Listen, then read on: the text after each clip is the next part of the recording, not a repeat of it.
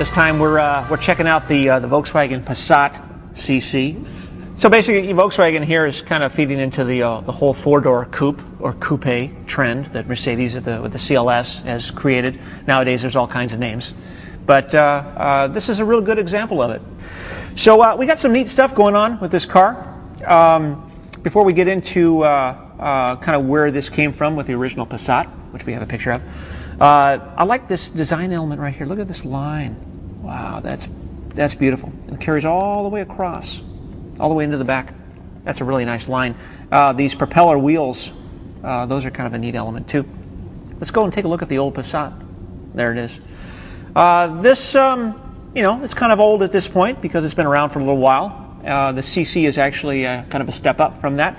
And this is a very successful design. You know, I pretty much like almost everything on this car. You know, from the front, it's kind of neat. I like the overhang here. It's pretty nice how that's got a very aggressive, almost shark-like look on the front. It's kind of neat. The only problem I have with this is the proportion, much like I've said in some of the other designs that we've looked at in the past, is that the wheelbase is a little short on this car. It looks like it could stand to be just maybe 5 inches longer, you know, so the wheel is kind of out here a little bit more. That's a really bad circle, but that's okay. You know, give a little bit of space in between that back door and that wheel, you know. It would have given it kind of a elongated, little quicker looking, speedy looking design to it a little bit more. But then, of course, you know, it looks really good in the 3/4. Here's a good 3/4 front.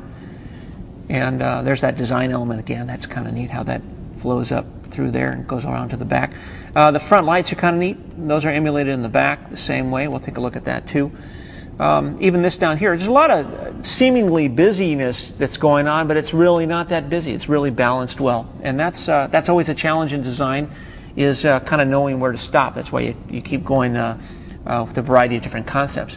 But if you check out the rear here, you know, this is a good example of good balance. You know, there's a lot of different elements. You know, you start out with the body lines with the window down to the deck lid.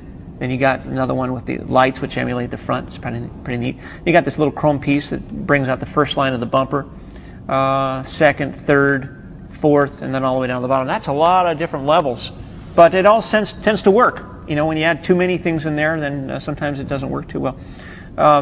There are elements about this. So you look at the side view here. Let's go back to the side view real quick.